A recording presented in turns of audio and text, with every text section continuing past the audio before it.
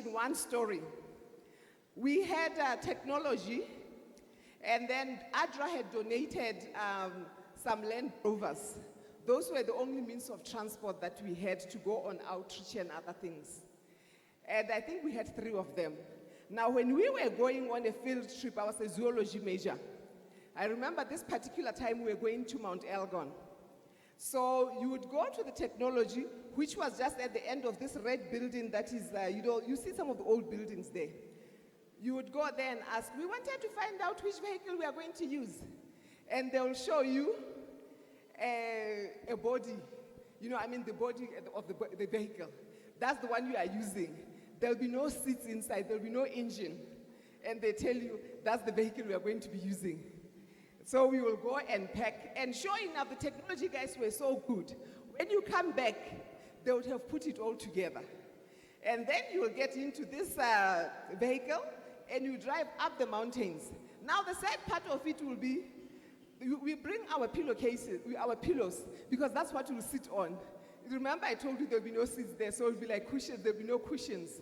And then somebody has to sit behind the driver and hold the seat for the driver, because as he drives, if he goes over a 10, the seat will go off and he will remain clashing on the clash like that. Anyway, that was Baraton in the good old days. But we survived and we graduated. Now you have a hospital. That was where our labs were for the outside. I'm here to talk about Youth Alive. I'll tell you stories another time.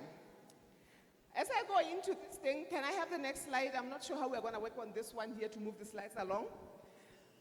If you get my presentation, you'll find out that it comes with a disclaimer. Because sometimes when you share presentations with young people, they may take them out of context, and then the message is lost.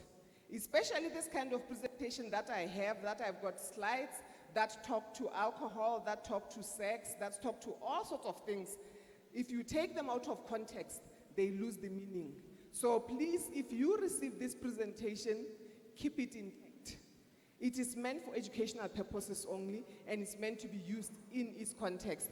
In the next slide that we are looking at, you will notice who are the partners of Youth Alive. How many of you have had Youth Alive training? Let me see. Because the GC, we've been going around training people. This is not good. There are too few of you. I had hoped that half of you will stand up and say you have had training. Youth Alive then is a program that the church has put together, and it has been put together by the Health Ministry's department. You know, as churches, sometimes we work in different group silos like that. But this is a wonderful program, because in this program we have got all these departments of the church coming together to do something for the young people. As health ministries, we say you should mainstream health. Some of the departments say, but how? What should we do? Now for youth, there's no more how. You actually have this program. So the Health Ministry's department has put that together. The Education department, and we do expect that all our institutions will have a Youth Alive program there.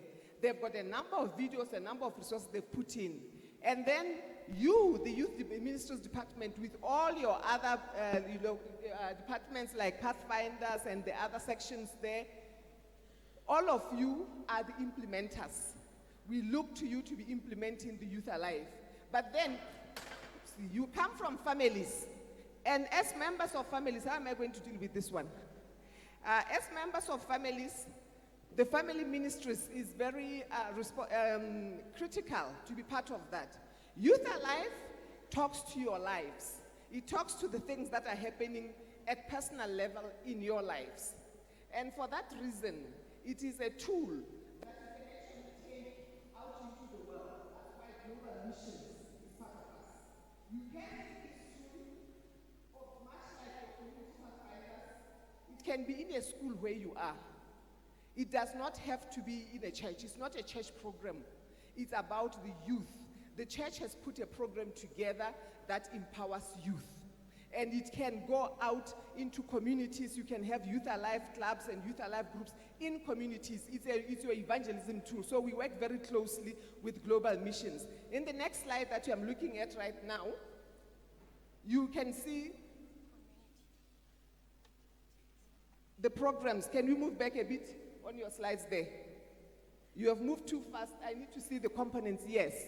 You can see the components of the Youth Alive program. The Youth Alive program, we put it together through training camps. I'm having a very few minutes just to talk about this, but those of you who've gone to a training would notice that we take a whole week to help you, inculcate in you what that program is. So we talk about training. And in the Youth Alive, we have got resources that are shown on the next slide. One of the resources that we have is the training. I know that the General Conference has done its training in the SID. We have done training also in the in the ECD. I believe, have we done in WAD? WAD? We have not done WAD yet. Okay, I believe the teams will be coming to WAD, but ECD and SID have had their training. When you get your training, we've got a lot of resources. It comes with manuals. This is a facilitator manual. They give you the soft copy of that, and you can see how you make sure that you spread that. That's the facilitator manual. Then you've got the participant manual. These are some of the resources that you get from there. And then we've got the Youth Alive handbook. And above that, we've got also some brochures and a number of others, like the Youth Alive Pledge. So these are some of the material that the General Conference has put together, and it gives to you when you are being trained. Then you have that so that they help you actual as physical resources that you can move with the program on. In the Youth Alive, we talk about friendship groups. Can I have the next slide that is talking to friendship groups? A friendship group is the critical part of the Youth Alive. Why? Because Youth Alive touches on critical issues that are personal. And it's not easy. Well, I can do it. I'm not so sure how many people can do it. To come and open up to people that are strangers. You want people that you feel comfortable with, right? If you have a situation at home of abuse, you want to tell somebody. It's not in the prayer band where you say, you pray for me, my father beats me every night. It doesn't work like that. You open up when you are in a group of friends. So we encourage that you'll be having friendship groups, maybe up to about 10 members, because it allows you then to open up. It allows you to gauge when you are ready. Maybe you have other people. I know that a number of young people are struggling with addictive things, and I'm going to talk about that in a little while. Maybe you are struggling with alcohol. Maybe you got baptized when you were already drinking when you're coming from there, and they didn't give you the tools to stop drinking.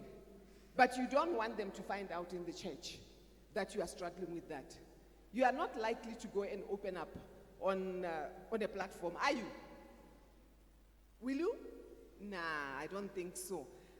But if you are in a group of friends, you are able to begin to work with other people who can take you to a place where you can find assistance. So this is why we are saying that these kinds of groups are what we are encouraging. How do you form a group? It's all written in the manuals there. The manual takes you through how to form the groups, how to work as a group, what sort of things you can do in the group. All of that is written in the manual. So I would really encourage you, because we would love to see the Youth Alive clubs and Youth Alive groups throughout this whole territory of Africa of ours. And you will see the few topics that we are dealing with. Now, we have something very special called the Youth Alive Pledge that should be showing on the screen just about now. I had hoped for the big screen there because the pledge is critical for you to understand what Youth Alive is about. Can you see what is there? Can you see it? No, yes, okay, then I am going to say that, and I would like you to repeat after me. It's in you saying it that you will begin to understand what the pledge is about. Pledge. Say after me, please. Pledge. I pledge to choose Jesus Christ as my highest power. I want to be healthy and happy. I will say no to alcohol. I will say no to tobacco. I will say no to illegal drugs. I will say no to pornography.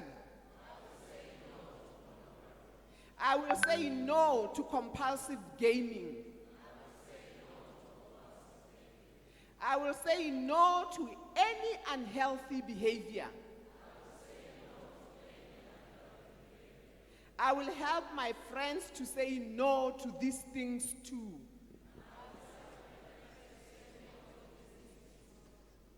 I pledge to stand up for what I know is right. My choice fully alive. If I run out of time, that is what Youth Alive is all about. The issues of saying no to all these things, the empowerment, and how do you go about that. Do you see that? I hope you don't forget what I'm talking about, but if for whatever reason you forget everything I'm saying, remember the pledge, because it will give you the stage of what Youth Alive is all about. Now, in Youth Alive, in the next slide, the critical part of Youth Alive, we talk about empowerment. You can get on internet and Google search the Seventh-day Adventist and ICOR, that is written like that. It will help you to understand what ICOR is, the Church of Refuge. That's the church is a place where young people should be running to. I won't go much into that. It's a whole program. You can see it. But it encapsulates part of the critical things on Youth Alive.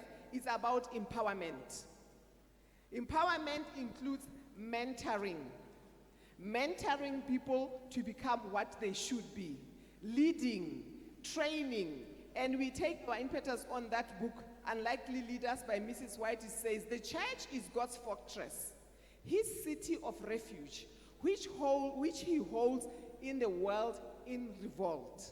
That's what our churches should be. Young people are struggling with those things we just talked about, the alcohol, the drugs, the pornography, all those things. They need to come to church and find refuge in there. And the spirit of prophecy talks about that. Just as I mentioned on empowerment, we define in the next slide, empowerment, as a process where a more experienced person supports another. I'm not seeing it on the slides. Please, next slide. Developing outside the normal line of management. In other words, when you empower, when you are mentoring somebody, it's not just managing them. It's not just telling them what not to do. It is actually holding their hands and lifting them up to where you are. In the next slide, Mrs. White talks about, in the same book, Unlikely Deals, says, workers who refuse to team up with others, who have had long experience in the work of God, will be unable to tell the difference between the false and the true. And young people, I would encourage you to take this message to heart. Because as young people, we have a lot of energy. We want to change the church. The church has been stagnant for so long. That's why it is so boring. That's why there's no change. There's no this, that, and the other. It's okay. We all want to have our history. We all want our time to have been felt. But there's a reason why the church still stands. Amen? The church is still there because of some of those boring things that are there. There are some things that are so critical to the church that have anchored it's okay to modernize. It's okay to find things. It's okay to fine-tune some things and fill your space. But remember, you are standing on a space. You are sitting in a building. Somebody built that building. Somebody made that space be there. Therefore, your methods that are so nice and so brilliant cannot be everything there is. Okay? The spirit of prophecy says, if we are not empowering you, if we are not mentoring you as the leaders, you will soon not know right from wrong. We will soon struggle to get the things from outside to bring them into the church because we are trying to spice up things. We can't spice up things so much that we cannot recognize ourselves. It is important for us to know who we are first as young people, okay? Now, in the next slide, I just touch briefly on some of the topics that we find in Youth Alive. In interest of time, I'm just going to mention a few of them. I think I'll just mention the top 3 there. We talk about dating and relating challenges, because a lot of the young people who are in that place where you are looking for life partners. What are the issues that are there? We are in Youth Alive. This is the space where you start to air those issues. The issues of peer pressure. I've already alluded to issues of addiction, and I'm going to be going more onto that. Come to our workshop. where I will be expanding more. Oh, this one. You should put something here, yes. Come to our workshop where we'll be talking more about risky behavior. But let's talk a little bit on issues of dating. In the next slide, I'm talking about dating violence. Why is this important that in a plenary, a big place like this where the whole of Africa is gathered, we talk about it? Because as the world, we are struggling with this issue of violence. Violence and abuse of women and children, right? Every country is having that problem. But when you look closely at that problem, you'll notice that it doesn't just start when people are now married and they are older. A lot of times, it starts even at dating. When you start to get close to the person and you are preparing to get married, the issues of violence are already showing themselves there. At the slide is showing, we talk about dating violence. Dating violence basically is when someone you are seeing romantically harms you in some way. It can be physical, it can be sexual, it can be emotional. And it is important as Adventist young people that you learn to recognize that. Because when that person is already being violent with you, when you are dating, what is he going to do now when you are married? She's now your wife. She's going to be controlling you much more. So it is important at Youth Alive that we talk about this level of it. Now, I'm just going to mention a few signs of unhealthy relationships which we are looking at in the next slide. And please go with me, don't... okay, stop right there, because then the next one you have got to move one click at a time. These are some of the signs of an unhealthy relationship. The intensity. You are in a relationship, you feel it in yourself that this relationship is moving too fast. You know, the next moment is hello, good morning, how are you? Then he wants to touch your hand, and then he wants to kiss you, and everything in you is screaming no. You should know you are in a wrong relationship. That's an unhealthy relationship. The other thing is manipulating. You don't love me. If you loved me, you would have done 1, 2, 3. So that to give you a guilty feeling. A relationship is not about manipulation, it's about both of you. So nobody should guilt you into doing things that you are uncomfortable with. The other part of it is, why are you always bringing your friends? When you are trying to go on a date, you always want to have somebody else. Mrs. White talks about the chaperone. In the olden days, we had the aunties that will go along. But he wants you to be alone. No, these friends of yours, they interfere. You know you are all mine. We should have our own little private space. Watch out for that. Because that is a sign of an unhealthy relationship. Let's put the next clicks. The two, next one please. Okay. Isolation, put the next click. And then the next one. Jealousy. Now, somebody starts to be so jealous, and I've heard young people saying, oh, he loves me so much. He doesn't even want anybody to talk to me. You know, if some people talk to me, he's so jealous. Jealousy is not a sign that you are loved a lot. It's an unhealthy form of relationship. Let's look at the next one there. Guiltying. I think we've talked about that one. Give me the next one.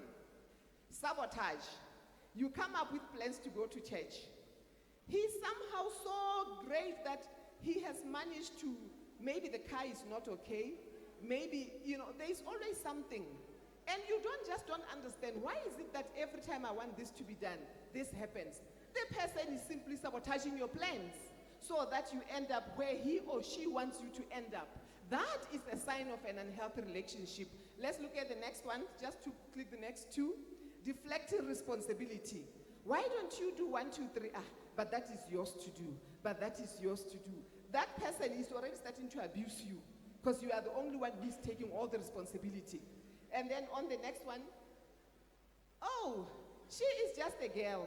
She can't do anything. Girls are not good at these kinds of things. Boys don't do that. That's belittling you. You are a full person as you are. That is a sign of an unhealthy relationship. And then I think let's get the last click on this one here. He's gonna go mad. If he comes in here and he finds that I haven't cleaned, have you had those kinds of relationships? He comes and he finds that I've moved his things from here to there. Oh, he's going to blow up. These unpredictable tempers. Try to get help before you tie the knot with such a person. Because that is where we end up with the abuse and the violence and these all things we are talking about in the family. I want you to look at the next video. I hope it plays. It talks to peer pressure. Can we play the next video, please?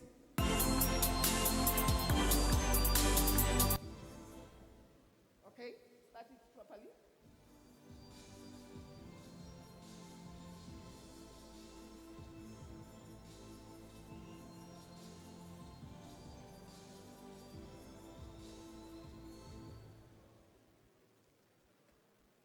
Why did you stop?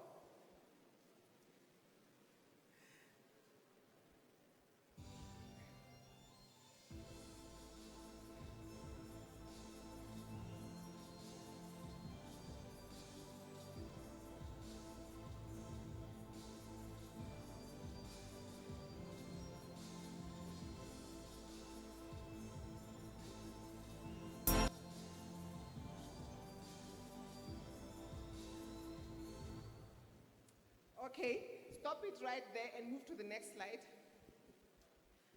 The video, I had hoped that they told me that they have this project up here because there are some things that are better said by the owners. The message in the video, it shows that a lot of people end up doing these addictive things like smoking and drinking because of what they watch.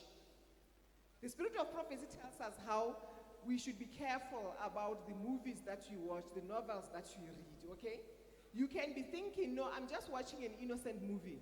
In the video, they show you placements that you are watching an innocent movie, but some people who are wearing all of these labeled clothes are smoking or are drinking. It's building in your subconscious that if I use a Nike, if I use a Reebok, I'm using the sports trademarks out there, then I am a cool person. But this so-and-so, who is the icon for this particular brand, he was smoking. In your mind, it says smoking is okay. So those are some of the things that you have got to watch out for. Now, some of the topics that we cover is addiction. In the next slide that we are looking at, is looking at addiction. I'm going to take a few minutes talking about addiction because it is a big problem now. What is addiction? I've put up a definition there. Addiction is the repeated involvement with a substance or activity that has a deemed pleasurable effect on you, but it is harmful to you. It doesn't say that you know or you don't know. The only thing that you know is when you have done that thing, you feel so good, you feel so happy, you feel so relaxed. Whatever it is, the kind of your definition of pleasure. But as you are doing that, that thing is hurting you. Now, in the next slide, I'm taking you through a little bit of a deep science course talking about this hormone that we call dopamine. The body has got a hormone that we call dopamine, which is called a happy hormone. It's a very, very interesting hormone. It's released in the brain. Now, the hormone, the body can stimulate the release of that hormone through all your senses. It can be stimulated through taste. You eat a sweet. It tastes so good. Tomorrow you want to eat it again because you want to get that taste, that nice taste. It's not so much about the taste, it's what is going on in your brain. The same thing can be stimulated through your eyes. That is why you've got pornography addiction. Because you look at something and you look at something and you look at something and now, when you get that feeling, tomorrow you want that again. So you put that thing again and you look again and you look so that you keep getting the feeling. It can be with ears. You are listening to certain type of music. When I listen to it relaxes me. I've got to just listen to this over and over again. You keep looking for that feeling. It's the same thing with the nose. That's why you've got your cocaine that is being smoked, sniffed through the nose, because it goes into the nose and it hits the spot. And it's like, and you keep going for that feeling. It can also be stimulated through touch. That is why all of us want to be touched, including babies. A baby is screaming and whatever, you hold it and grab it, it releases that and the baby feels, and you see them that way.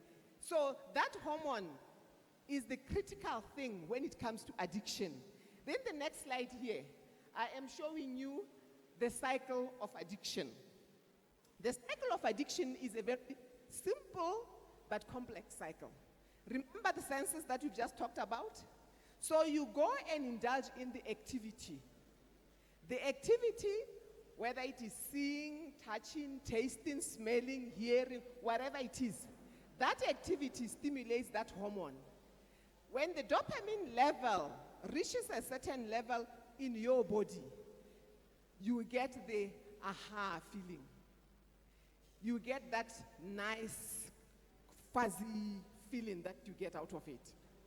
If you want to picture it, think about when you are very, very thirsty and you drink water. You know how it feels? Phew, that's refreshing. Somebody who smokes is the same kind of thing. He smokes and then, phew. So, as long as the dopamine levels are at a certain level in your body feels that warm, fuzzy thing. But then, it happens that you've got substances in the system that are meant to destroy that dopamine because it's not meant to stay at that high level. So after some time, the level of dopamine in your bloodstream goes down. And when it goes down, comes the slump again. You see this person who was so high, and then it's like, I can't do anything. And sometimes it goes so negative, they start to shake. And then they feel, the only way to get back again is for me to do what? Smoke again, if it is smoking. Watch a new movie, if it is a new movie. Drink something, if it was something you drank. So they go back again, and they drink it, and the dopamine level goes high and high. You understand? You see how it goes? So then you get into that cycle of addiction. So over and over again, the people keep doing that. Why do people then do it? Let's look at the next slide. People get into addictions because they want to, first and foremost, relax. You've heard that. I just want to relax myself. Some people get into the next point, they want to experiment, especially young people. How come they look so happy? They seem to be much better than me, so you want to experiment. The problem is, once your brain has been touched with that, you get into that cycle. And then you keep wanting to get that feel good that you had that next time. Next slide. Yes, the next point talks about the feel good. The next point talks about you want to escape feelings. I'm feeling so down. I'm feeling so low. What can I do? Let's go to the pub. If you go to the pub, you'll feel much better. That's how you end up in that cycle. Others, they've got, in the next few points, just click the next two, they're trying to cope with feelings of loss. People have started getting on drugs because they were feeling down, they have lost something. I've heard this one. I want to go and tell her, or gentlemen, I want to go and propose to her, but I can't. I want courage. Who has ever seen courage living in a bottle? You know that? They go and take a little bit of courage to stiffen the nerves so that they can go and talk. And then next time, every time you have to do something, you need a bit of courage. And that courage is not a prayer. It is somewhere hidden at the bottom of the bottle because you keep drinking to get to the bottom. You understand? And then you get into that cycle of addiction. And of course, you can do it because you want to fit in with friends. And the next point. Now, let's talk quickly through the next slide, please. There are three types of addictions that I'm going to talk. Just let all the three of them roll quickly. I'm running after time. Addictions, we find them in three different areas. Substance addiction or abuse, activities, and people. Those are the most common ones. Before I get into the next ones, I'll just talk about people because I don't think I have slides on that. Many of us don't realize that you can be addicted to a person. You know that? You feel that I can't do this thing unless this person is here. And this is why in many countries we've got, in my country they call them passion killings. Do they call them in your country? When the girlfriend or boyfriend don't want to be together anymore, the other one then kills the other one. And that is why they say, no, if I can't have him, no one can have him. Or, I can't live my life without you. And girls like to say that, please don't leave me, you know I cannot survive without you. Hey, you are addicted to the person. You cannot have a person who is such a lifeline that you can't live with. When you are with that person, the dopamine levels shoots up. So you have to be with the person all the time. So addiction can be about the person. Let's go to the next slide because I'm looking at substance addiction and I'm having only 10 minutes left. Substance addictions, these are some of the main ones that we have. They are not the only ones. We talk about alcohol. I'm mentioning them because we are experiencing them in the church. Our young people in the church are struggling with this. Alcohol, tobacco. In our areas now we are having marijuana being legalized, makes it very difficult. And then different psychoactive drugs, which means drugs that act on your brain. These can be prescriptive, or they can be some that we are getting on the street. The education department has put together the next video that's going to be playing. Let's play the next one. Play that video, please. Watch and let's listen. No, not that one. Go back. Prescription drugs. Almost 50% of teens think that using them is safer than using illegal street drugs. No, that's not. We are not playing the right video. Not true. Please press play on that. Yes, that one. Press play there.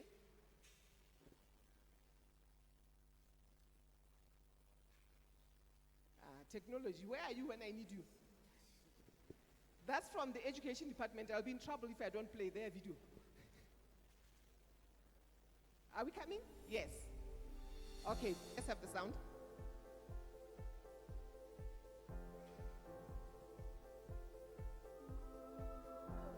What your church, school, teachers, parents, and others rarely tell you is how much fun drugs and alcohol can be. Beer, wine, hard liquor, marijuana, ecstasy, shrooms, or crystal meth, even prescription drugs like Vicodin and Adderall can provide a pleasurable escape from the predictability of daily life. Softer drugs like alcohol and marijuana can also be great stress relievers. There is research to suggest that these actually have health benefits. And yet, it is a core value of the Seventh-day Adventist Church to not drink, do drugs, or abuse narcotics. The 22nd fundamental belief reads, since alcoholic beverages, tobacco, and the irresponsible use of drugs and narcotics are harmful to our bodies, we are to abstain from them. Instead, we are to engage in whatever brings our thoughts and bodies into the discipline of Christ, who desires our wholesomeness, joy, and goodness. Are Adventists not aware of recent research regarding marijuana and alcohol? Don't Adventists know that having that third helping of cheesecake, those 4 super links, or weighing 300 pounds can be worse for you than having a beer on the weekend? Didn't Jesus turn water into wine? Doesn't the Bible say that those with a heavy heart should be given strong drink? Maybe you already use drugs and alcohol, and nothing noticeably negative has happened. You might even know a brother, sister, parent, uncle, friend, or other loved one that consumes alcohol or narcotics on a regular basis, and you may think they're doing just fine. The honest truth is that many people drink and do drugs and live long, happy, and productive lives. So why don't Adventists drink or abuse narcotics? Simply put, the Adventist value of healthy living reduces unnecessary risk and allows us a fuller, richer life. You're young, and you'll live forever, right? Truth be told, unless Jesus comes, you're going to die, and chances are you'll want to put off your death. Here's a short list of the negative effects of alcohol on your body from the National Institutes of Health.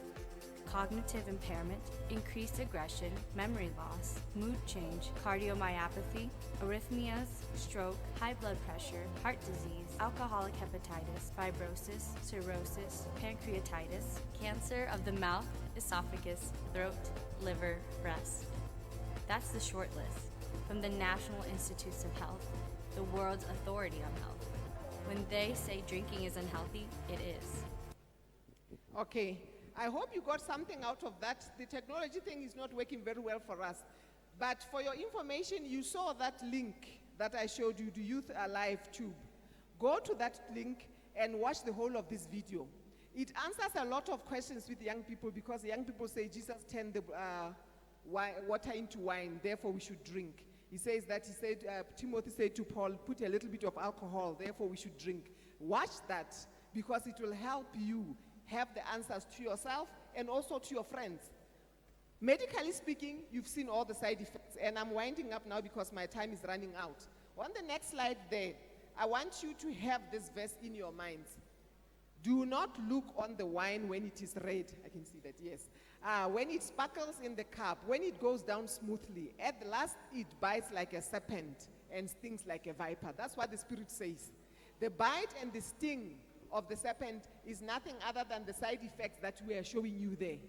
There is death inside, but before you die, you are going to suffer first. Now, as I said, these are just some of the highlights of the things that we have in Youth Alive. The training itself is a week long. The material is a lot. The time I'm given here is not enough. So I'm not able to cover a lot of things. If you want to come and hear more about Youth Alive, come to our workshop. I'm going to ask the person at the back there to scroll quickly to the last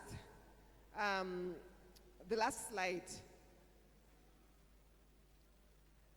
Are you able to do that, sir? Okay, thank you very much. Youth Alive, in short, I've skipped a number of slides in there where we talk about gaming, we talk about pornography, we talk about a lot of things, but you can come to the workshop and see how we deal with it.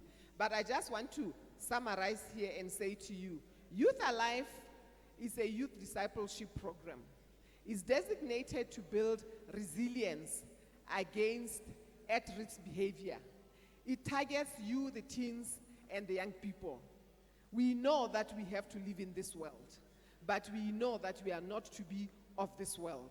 Therefore, as you are struggling with those things, see if you can put a Youth Alive club, a Youth Alive group, and get all these resources to bring some of the resilience, some of the help for your people. Thank you very much. Can you put my last slide there? I thought I had left my contact details.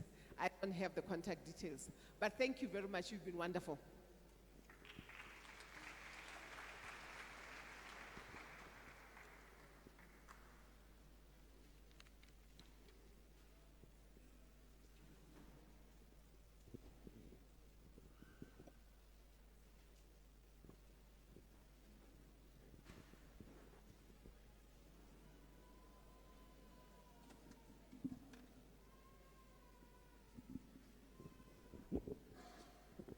Good afternoon. Good morning. Oh, you are paying attention. That's nice. Good morning, everyone.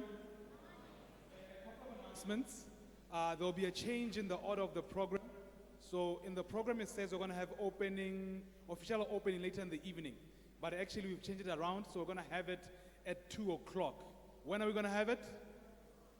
Okay, 2 o'clock is going to have the official opening. Then later on, we have a special program called Let's Talk. So Let's Talk is basically seeking clarity from all the presenters of the day. So if you want to hear more or you have a question to ask any of the presenters from morning manna all the way to the plenary session or the workshops or wherever, please prepare your questions. So get a piece of paper, write your questions, and then I'll show you later where we're going to collect the questions. And then in the evening, we'll have the presenters here and then review the questions and have them answer them. Is that clear? Okay, and then another announcement is that registration is ongoing. Registration is ongoing. If you have not registered yet, please visit the tents, get your registration on. A couple more announcements. We need the union directors for Cameroon, union directors for Cameroon, West Sahel, Tanzania, and Kenya. Please, we need you. Go to the balcony to meet with Pastor Paco, as well as Dr. Kavis and Pastor Malekeo. Dr. Kavis and Pastor Malekeo, please join the union directors that we've highlighted up there. Next, we're going to have Pastor Ugo. He's going to give us an orientation on the workshops. After this, we're going to the workshops starting from 11 o'clock. He's going to give us a summary of how we're going to go about it. Pastor Ugo. Thank you. Good morning once again, everyone. Just some pieces of information regarding our workshops. We are just going to do this today because this is the first day and the first time for the day. After this time we expect that everybody understands what to do. The first information to everyone is that every delegate is to attend 6 workshops. And by the grace of God, we have 20 workshops. As you would see on the program, we're supposed to have 22, but 2 of our presenters are not going to be present for some obvious reasons. Other than that, all the other 20 workshops, which I would introduce to you shortly, are going to hold. Then the other information you need to know is that we expect a minimum of 50 persons in each of the workshops and a maximum of 70. We are blessed as a church. We have resource persons that have been that are experienced and are willing to share with us their wealth of knowledge and experience during this workshop. So I want to encourage every delegate to take advantage of these workshops, because we have carefully chosen those who are presenting these workshops. And at this time, I would want to introduce to us the presenters, the resource persons for these workshops. I would appeal to them that when I call on you, you come forward so that the delegates will see you and identify you. We know it's on the program, but we are doing this so we can make things a little more easier for all of us. And in addition to that, we have also assigned some support team to each of the presenters. So when I invite each of the presenters, I would also invite the support team member that will be working with each of these workshop presenters. I want to begin with the first on the list, and that is Think Big.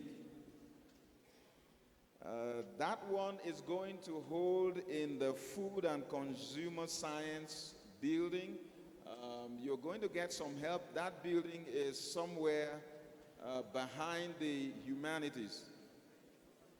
But you'll get some help as we step out for those who will be going that direction. And we have, you have all the details on the program booklet, but I just want to invite Stephen Apola. He is the Associate Director of Publishing Ministries for the General Conference. I hope he's here. Just come forward, please. All right, it looks like he stepped out, but he's going to be in that. Oh, yes, he's here. Come on, please. And I want to invite a team member that will be working with him.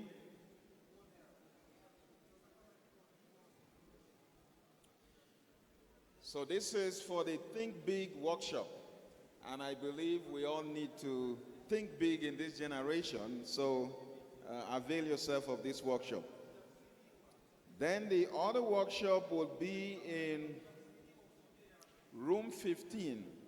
And that is the beauty of Christian living. The beauty of Christian living. That will be taken by Burton Monga, the youth director for North Zambia Union Conference. Where is he? Please come forward, Pastor. Okay. And at the same time, I want to invite the support team that will be working with him. Support team member, please come forward. This workshop will be taking place in room 15. Room 15 is also behind the Humanities building. You would be directed. I think it is kind of close to the Food and Nutrition and Consumer Science building. The other workshop is Senior Youth Leadership Curriculum. This would be taking place in room 17.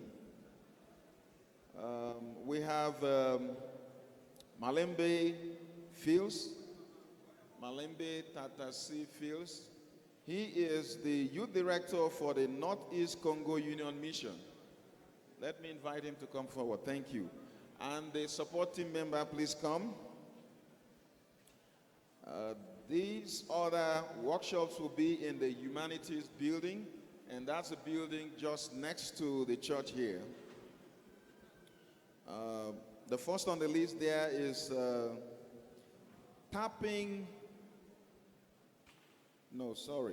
morality. The workshop on morality, and that would be in room 104. And I have Eugene Leon Franch. He is the executive secretary of the Zimbabwe Central Union Conference. Welcome, Pastor. The support team, please come. All right, the next is tapping on the power of digital media. This one is another interesting one for young people. We have Gideon Mutero from the General Conference.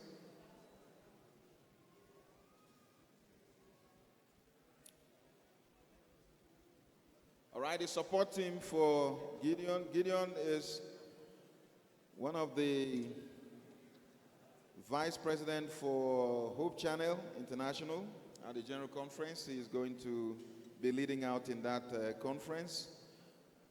that workshop. The next is lifestyle health development.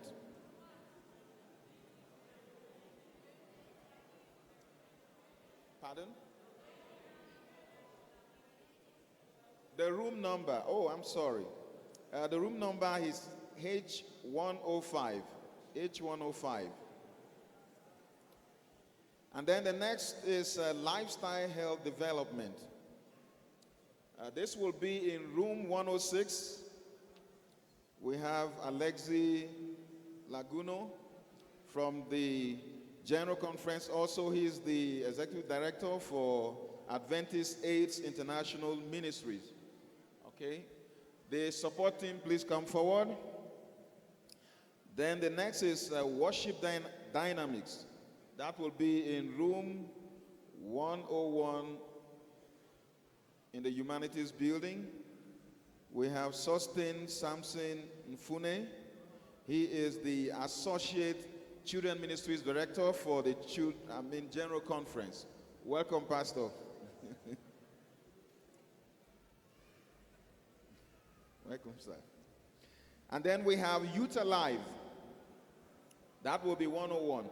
Youth Alive will be in H204. We have Bangwato Ramabu. Please pardon me for the last name. I have some challenge. She is the Health Ministries Director for SID. The room number is 204. H204. H204. And then the next is public evangelism, and that will be in room 203. H203. And we have Kisses for that. He is the Deputy Vice Chancellor for Student Affairs in this university. Maybe he's somewhere attending to some issues, but he would be present in room H203 at the appointed time for public evangelism workshop. The next is cross-cultural relations, and that will be in room 201, H201. We have Oscar Osindo. Oscar Osindo is the Associate Director, Institute of World Missions for the General Conference. We heard him this morning.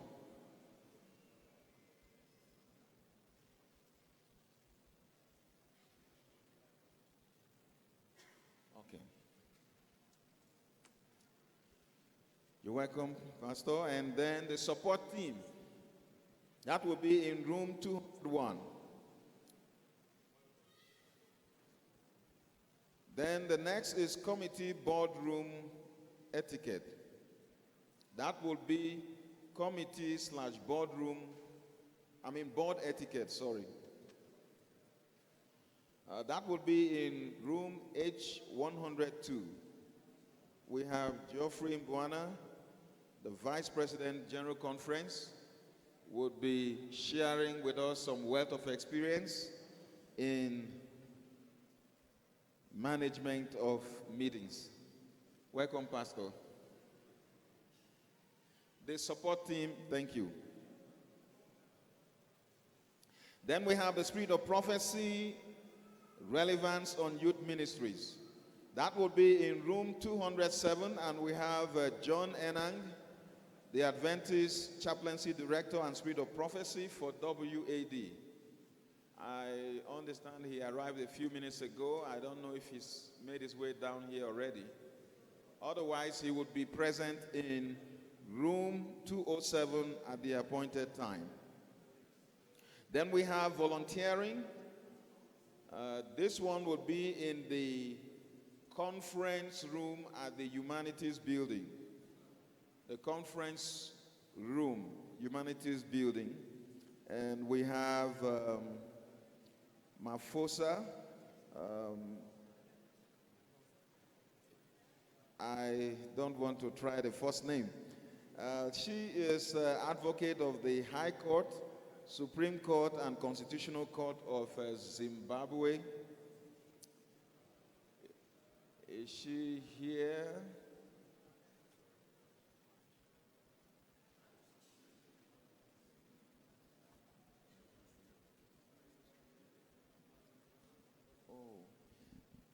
I'm told I didn't pronounce it well. Nyarazo. I'm sorry, please. I'm not familiar with the name. All right. The next, but is she here? Anyway, she would be in the room at the appointed time, and the room is the conference room at the Humanities Building. The next is community involvement. Community involvement. That would be in room H107. We have our own Gilbert Kanji. He would be leading out in that workshop. He presently serves as the Pastoral Services Manager for the Sanitarium in SPD, and we are blessed to have him. He used to be our GCU Director, and he will be sharing with us on that. Personal evangelism, I'm sorry. That will be in room H202. We have Felix Njini, the Youth and Education Director for Zimbabwe Central Union Conference. Where is he? Come forward. The room is 202. The support team, please come forward.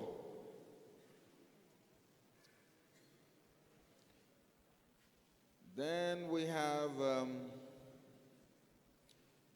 the other workshop would be the place and role of the Bible in this contemporary era. The place and role of the Bible in this contemporary era, and that will be right here in the church. We have for that Abner de los Santos, who is also one of the vice president of the General Conference. He arrived this morning. We'll give a few minutes, but I know at the appointed time he will be here for that workshop. It's going to be right here in the church. And then the next is stewardship and church finance. Stewardship and church finance. It will be in the boardroom up here when you go through the back and up. And we have Duncan Mumbo, who is the chaplain of this university. He's the one that will be leading out in that. Support team, please come forward. The room is up. You pass through this door or the other door and you go up.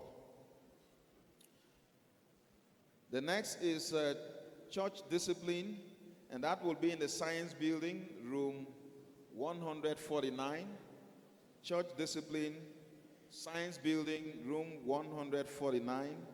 That will be taken by Ugochukwu Elems, Youth and PCM Director, WAD, and that happens to be myself. Support team, please come as well. And then we have entrepreneurship, will also be in the science building. The science building is next to the humanities building. Entrepreneurship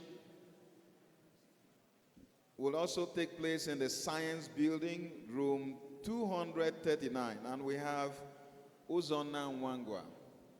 He is the founder and CEO of Ivan Global and Investment Groups. So let him come forward. And the support team, please come.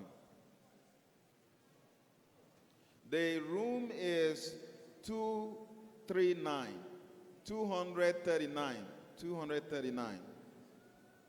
All right, so these are the workshops. And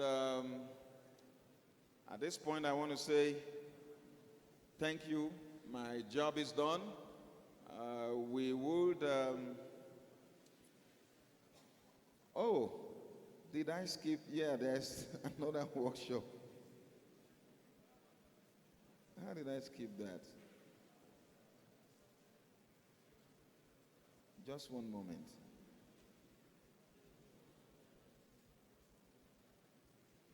Oh. I'm sorry.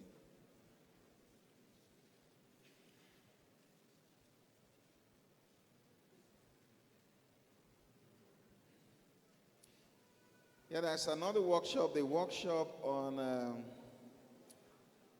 Geoscience Research Institute and its...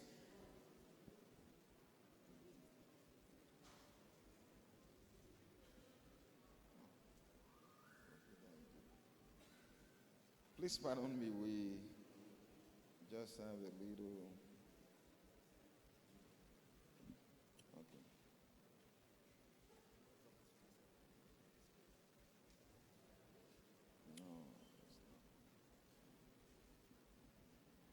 All right, so the Geoscience Research Institute and its services will take place in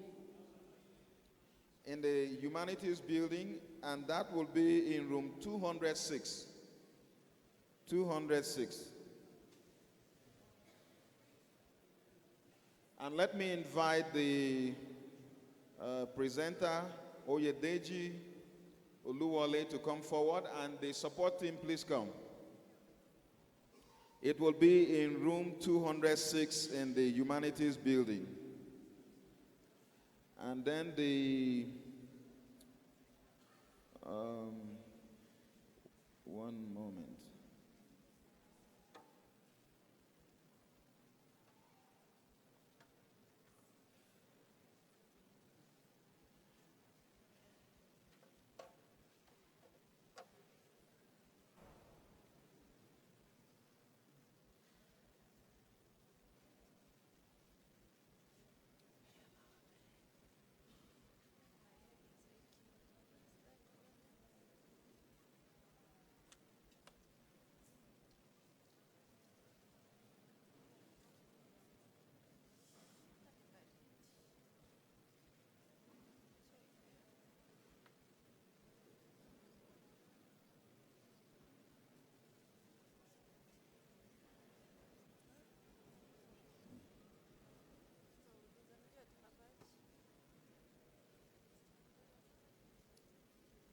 I think we covered the workshops.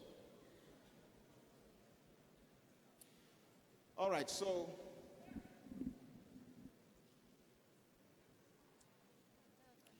at this point we would want to pray, and then we'll have a short break, and we expect that within the break everyone goes for the various workshops that you want to attend. Now the procedure is this.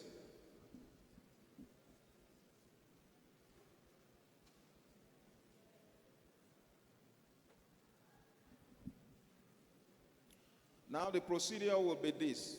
The workshop presenters would always be in the same room, and they will continue to present the same workshop, so that we are supposed to be rotating as delegates. We don't expect you to go back to the same workshop, because that will mean you are depriving some other persons from participating in that workshop.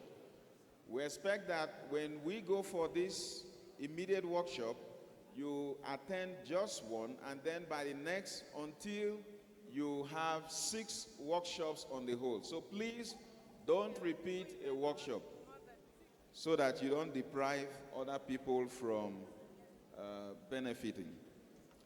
Again, let me just run through. We have Think Big, and that will be in the Food and Consumer Science building. We have the Beauty of Christian Living, room 15. Senior Youth Leadership Curriculum, room 17. Morality, H104.